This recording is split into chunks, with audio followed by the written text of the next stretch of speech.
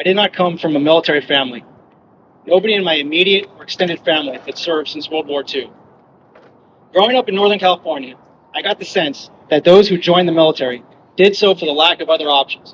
Basically, it seemed like it was only the disadvantaged who made the choice to enlist in the military. Now, 17 years after enlisting, I can attest that those who chose not to serve, who deprived themselves of the pride, camaraderie, and self-improvement inherent in American military service, might truly be the ones at a disadvantage. If you're a junior sailor or a civilian contemplating joining the Navy, or are encouraging your child to consider joining, I assure you that however much one enjoys or does not enjoy being a junior sailor in the Navy, your life gets better, far better, as you advance through the ranks. I never expected to join the Navy, let alone the military, but a 2005 career fair instantly and unexpectedly changed my mind about serving. This was not because of the military recruiters, but rather because of what was happening to the recruiters at that event. In a scene presumably reminiscent of the anti-war protests of the 1960s, a growing mob of hostile protesters began crowding around the four tables of the military recruiters. Regardless of how these students felt about Operation Iraqi Freedom, which began 2 years prior, inappropriately venting one's geopolitical frustrations onto the lowest proverbial rungs of the chain of command, rather than against harder-to-reach elected officials, was not going to achieve the objective these protesting students were hoping for, assuming these protesters even had an articulable objective. If their intent were to make their voices heard in the hope that they would be even further shielded from having to serve themselves, then the true result of their actions would be the ironic opposite. Let me explain. As you all probably know, our country has had an all-volunteer military service since 1 July 1973. So for every student who might have been convinced to electively enlist or pursue a commission from that day's career fair, that could eventually mean one vacant military billet filled. Having a vacant military billet generally means one of four things. One, you leave the billet temporarily unfilled so that the existing service members will be stretched to temporarily fill that void with extra duties, fewer watch standers, and less recovery time off watch. Or two, you delete the billet altogether and simply learn to cope without the watchstanders, repair crews, qualified trainers, navigators, and other critical sailors you need to do the jobs and teach the jobs that keep our Navy fully mission capable. Or you eventually lower your recruiting standards to permit recruits that would otherwise have failed to pass basic fitness or intelligence standards. Or four, as a last resort, Congress and the President reinstate compulsory service. So in other words, for every potential recruit that these protesters were discouraging from joining that day, who otherwise might have filled a crucial military billet, these protesters might have unintentionally increased the chances that all of them, including the protesters, would someday be forced to be drafted. The name for this phenomenon, in which a flawed attempt to solve a problem inadvertently makes the problem worse, is called the Cobra effect. The Cobra effect is based on what happened in colonial India when bounties were paid for every cobra snake captured and killed. This led to amateur breeders breeding cobras for profit, which only increased the number of cobras, which led to the government terminating the snake bounties, which led to the amateur breeders dumping the snakes throughout the cities and only further increasing the original population of cobras. So as the recruiters were returning to their government vehicles, I caught up to the slowest one. It turned out that guy happened to be a Navy recruiter. So I asked him for his business card, and that's how I found myself in the Navy. The Navy remains one of the most level playing fields I've ever experienced. Treat the Navy fairly, and the Navy reciprocates. Put in the work by proactively seeking opportunities to further your in-rate knowledge, leadership, and collaterals, and you will advance. You're given minimal effort and respect, and you will endure the same. I had a great childhood. My parents did a good job of instilling confidence into me. But as many parents of their generation have a tendency to do, they might have even instilled a little too much self-esteem.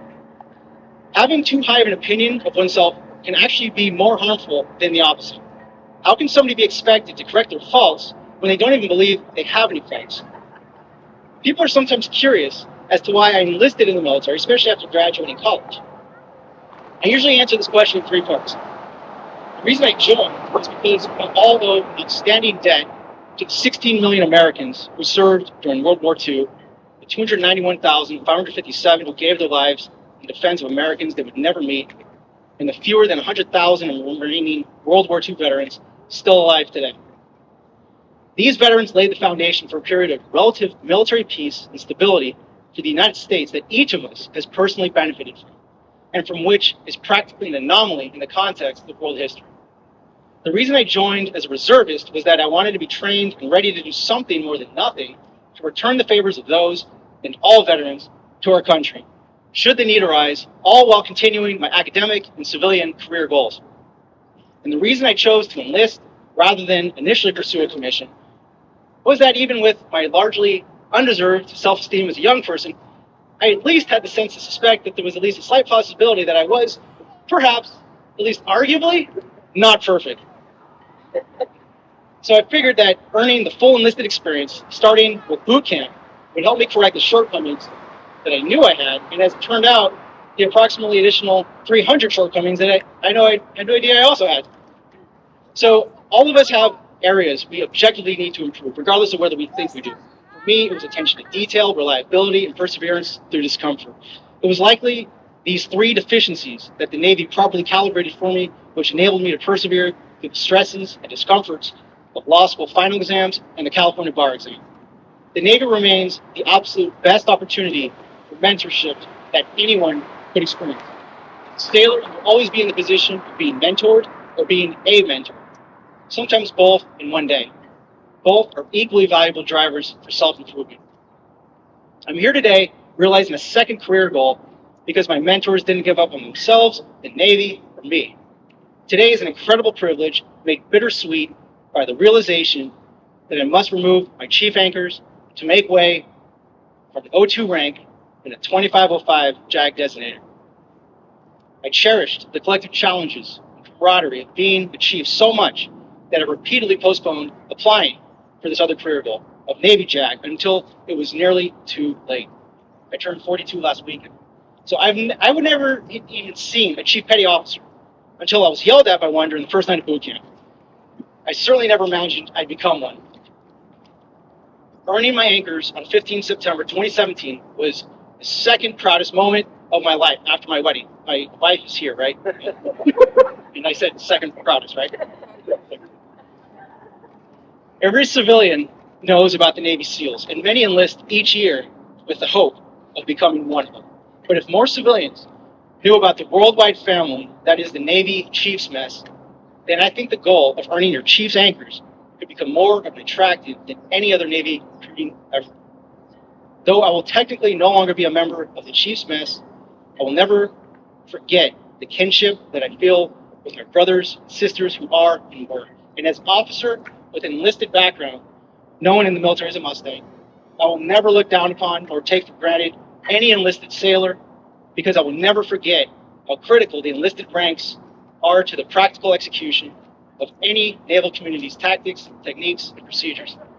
In closing, I'm ready and excited to contribute my legal skills and military experience through the opportunities I hope to have as a JAG in order to benefit the Navy one sailor at a time, just as the Navy has done for me over the last 17 years, and as the Navy has done for each and every one of its sailors for the past 248.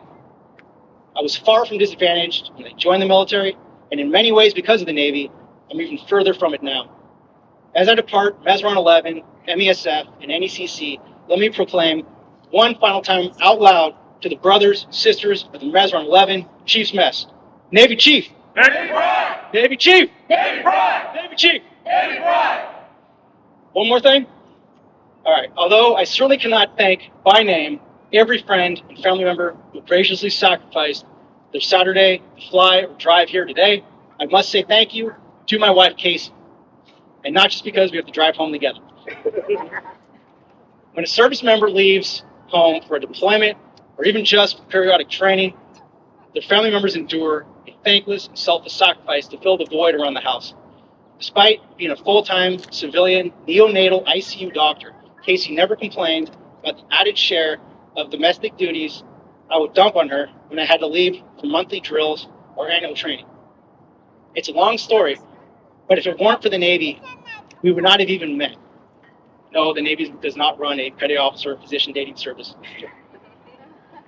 Casey flew herself to visit me in Djibouti with the hope that we might, coincidentally, be able to see each other while my weight was off mission and on liberty in town. Either that, or she just really wanted the stamp of the passport that said Djibouti. We celebrated our 10-year anniversary in April, and I hope I'm speaking for both of us when I say we couldn't be happier. Thank you, Casey. Thank you, all of you, for sharing this unforgettable day with me. Fighting! 11! Fighting! 11! Fighting! 11!